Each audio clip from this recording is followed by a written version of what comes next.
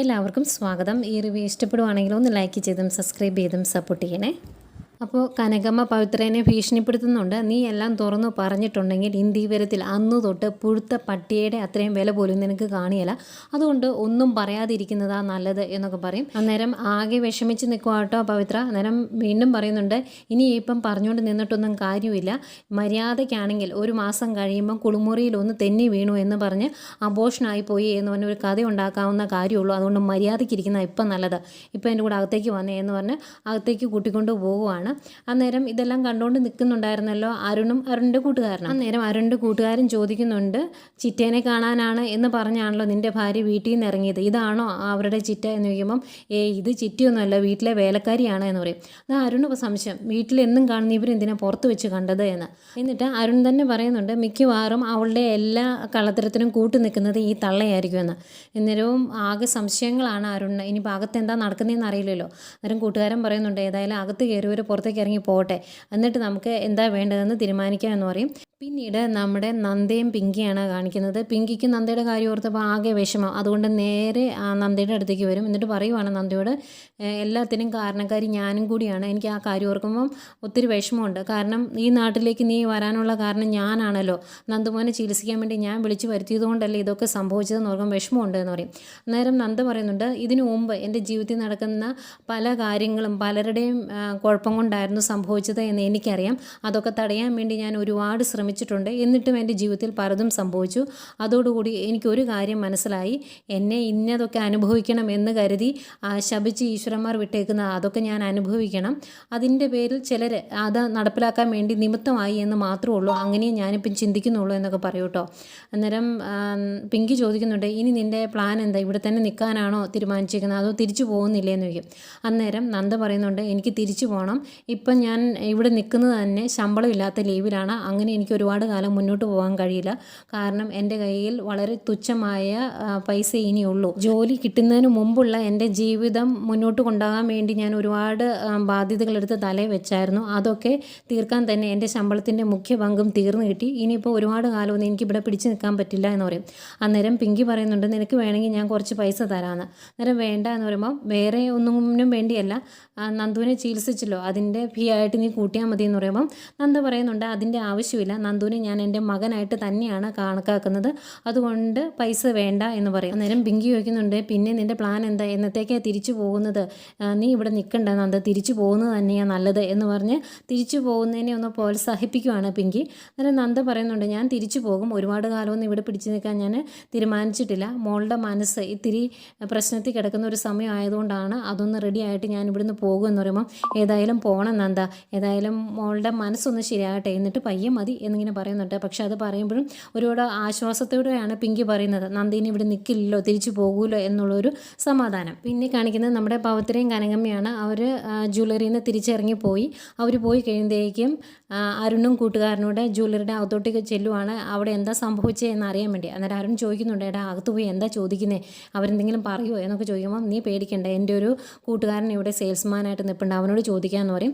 നേരെ അകത്ത് പോയി അവനോട് ചോദിക്കുമ്പോൾ അവൻ പറയുന്നത്, ആദ്യം ആ തള്ള വന്നു, അവർ ചോദിച്ചത്രയും പൈസ അവർ തന്ന മോതിരം കൊണ്ട് കൊടുക്കാൻ പറ്റില്ലായിരുന്നു. അതുകൊണ്ട് അവർ ആ പെൺകുട്ടിയെ വിളിച്ചു വരുത്തി ഒരു മോതിരവും കൂടെ തന്നു. അങ്ങനെയാണ് അവർക്ക് ആവശ്യമായ പൈസ കൊടുക്കാൻ പറ്റിയത്. അത് മേടിച്ചുകൊണ്ട് അവർ പോവുകയും ചെയ്തു എന്ന് പറയും. എന്നാൽ ആ മോതിരം ഒന്ന് കാണിക്കാമോ എന്ന് ചോദിക്കുമ്പം അയാൾ ഒന്ന് ചോദിച്ചിട്ട് പറയാമെന്ന് പറയും. ചോദിച്ചു കഴിയുമ്പം അവർ ആ മോതിരം ഇനി കാണിക്കത്തില്ല എന്ന് പറയും. എന്തെങ്കിലും പ്രശ്നമുണ്ടോ എന്ന് കരുതിയായിരിക്കും. ഏതായാലും കുഴപ്പമില്ല എന്ന് പറഞ്ഞ് ഇവർ അവിടെ നിന്ന് പോരുക കേട്ടോ. പോന്നു കഴിയുമ്പോഴും ആകെപ്പാടെ വിഷമത്തോടെയാണ് അരുൺ ഇങ്ങ് പോരുന്നത്. അരുൺ വീട്ടിൽ വരുമ്പം ആകെ തലവേദനയൊക്കെ ആയിട്ട് വിഷമിച്ചിരിക്കുന്ന പവിത്രയെ കാണുന്നത്.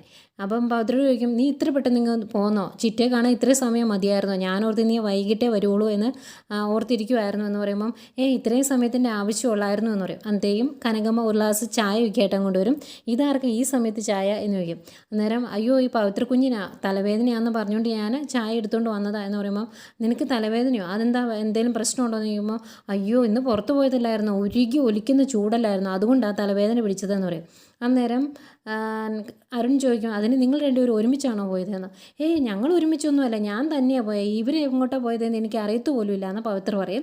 അന്നേരം അരുൺ കനകമ്മയോട് ചോദിക്കുക, നിങ്ങൾ ഇന്ന് ഫൈനാൻസ് കമ്പനിയിൽ വല്ലതും പോയായിരുന്നു, നിങ്ങൾ അവിടെ വെച്ച് കണ്ടു എന്ന് എൻ്റെ ഒരു കൂട്ടുകാരൻ പറഞ്ഞു എന്ന്. അന്നേരം കനകമ്മ ഇങ്ങനെ സംശയിച്ച് നിന്നിട്ട് ചോദിക്കും, അരുൺ സാറിൻ്റെ കൂട്ടുകാരൻ ഇങ്ങനെ എന്നെ അറിയുന്നതെന്ന്. എന്നിട്ട് അരുൺ തിരിച്ചു പറയുവാണ്, നിങ്ങളെ രണ്ടുപേരെ ഒരുമിച്ചാണ് കണ്ടത്, കനകമ്മയും പവിത്രേനെയും കൂടെ ഒരുമിച്ചാണ് കണ്ടതെന്ന് പറഞ്ഞു, അതുകൊണ്ട് ചോദിച്ചതാണ്.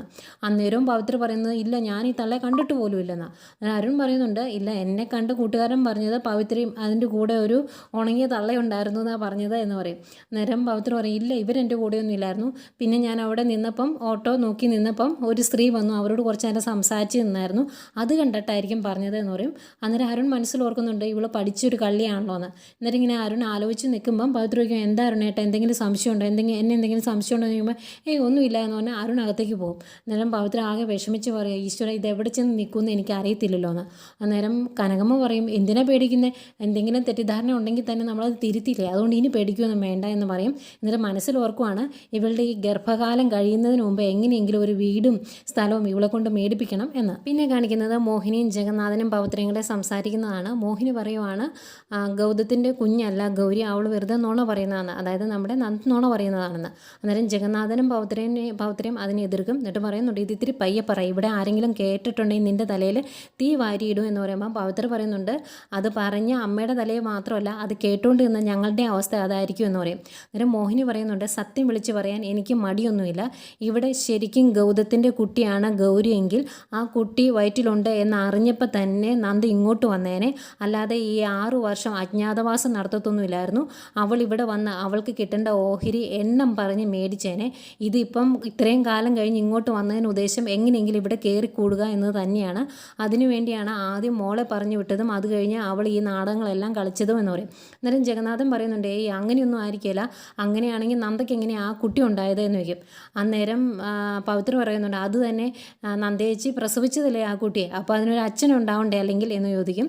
അന്നേരം പവിത്ര പറയുന്നുണ്ട്, ഇത് തന്നെയാണ് ഞാൻ പറയാൻ ഉദ്ദേശിച്ചത്, ഇവിടെ പിങ്കിക്കും ഗൗതത്തിനുമായിട്ട് ഒരു കൊച്ചുണ്ടല്ലോ നന്ദു, അവനെ എങ്ങനെ കിട്ടിയ, അതുപോലെ തന്നെ വളർത്താൻ വേണ്ടി എവിടുന്നെങ്കിലും നന്ദ സംഘടിപ്പിച്ചതായിരിക്കും ഗൗരിയെ. ആ ഗൗരിയുടെ പേര് പറഞ്ഞ് അവൾക്ക് ഇവിടെ കയറി കൂടണം, ആദ്യം ഗൗരിയെ ഇങ്ങോട്ട് പറഞ്ഞു വിടും, അന്നേരം അവളുടെ അമ്മയെ കാണാതെ അവൾക്ക് ജീവിക്കാൻ മേല എന്ന് പറഞ്ഞ് ബഹളം വയ്ക്കും, എൻ്റെ അമ്മയും കൂടെ ഇവിടെ നിന്നോട്ടെ എന്ന് പറയും. അങ്ങനെ ഗൗതം നന്ദേനെ ഇങ്ങോട്ട് കൂട്ടിക്കൊണ്ടുവരും. അതാണ് സംഭവിക്കാൻ പോകുന്നത്. അങ്ങനെ കളി നടന്നിട്ടുണ്ടെങ്കിൽ ഇവിടുന്ന് പുറത്താകുന്നത് പിങ്കി ആയിരിക്കും, നിങ്ങൾ നോക്കിക്കോ എന്നൊക്കെ ഇങ്ങനെ പറയുക കേട്ടോ.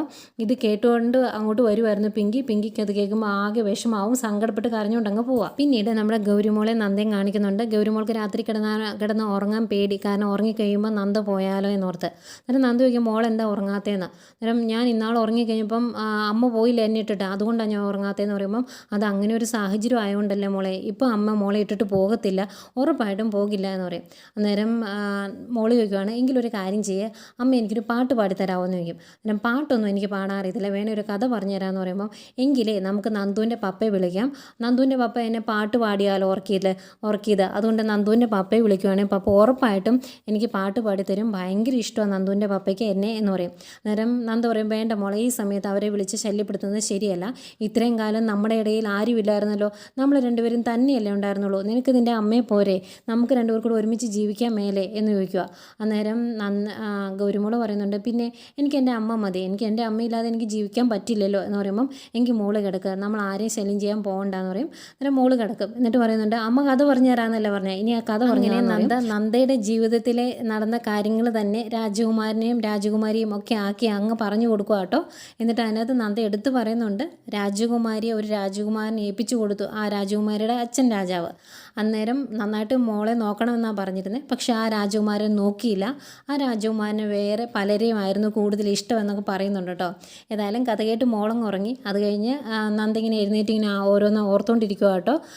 മോളെ വിളിച്ചുകൊണ്ട് വരുന്നതിന് മുമ്പ് ഇന്ത്യവരത്തിൽ നടന്ന ഓരോ കാര്യങ്ങൾ, പിങ്കി പറഞ്ഞ കാര്യങ്ങളും അത് കഴിഞ്ഞ് ലക്ഷ്മി പറഞ്ഞ കാര്യങ്ങളും എല്ലാം ഇങ്ങനെ ഓർക്കുന്നുണ്ട് കേട്ടോ. ഒരു കൊച്ചിന് അമ്മയില്ലാണ്ട് ജീവിക്കാൻ പറ്റില്ല, നീ തടയരുത് എന്നൊക്കെ പറഞ്ഞ കാര്യങ്ങളൊക്കെ ഇങ്ങനെ ഓർത്തിങ്ങനെ നിൽക്കുവാണ്. അങ്ങനെ ഓരോന്ന് ആലോചിച്ചുകൊണ്ട് നിൽക്കുമ്പോൾ എന്തേ കോളിംഗ് ബെൽ അടിക്കുന്നു. നന്ദ പോയി വാതിൽ തുറന്നു നോക്കുമ്പം ഗൗതമാണ്. അന്നേരം നിങ്ങൾ എന്തിനാ ഇങ്ങോട്ട് വന്നത്, എൻ്റെ മകളെ പിടിച്ചുകൊണ്ട് പോകാനാണെങ്കിൽ അതിന് നിൽക്കണമെന്നില്ല എന്ന് പറയും.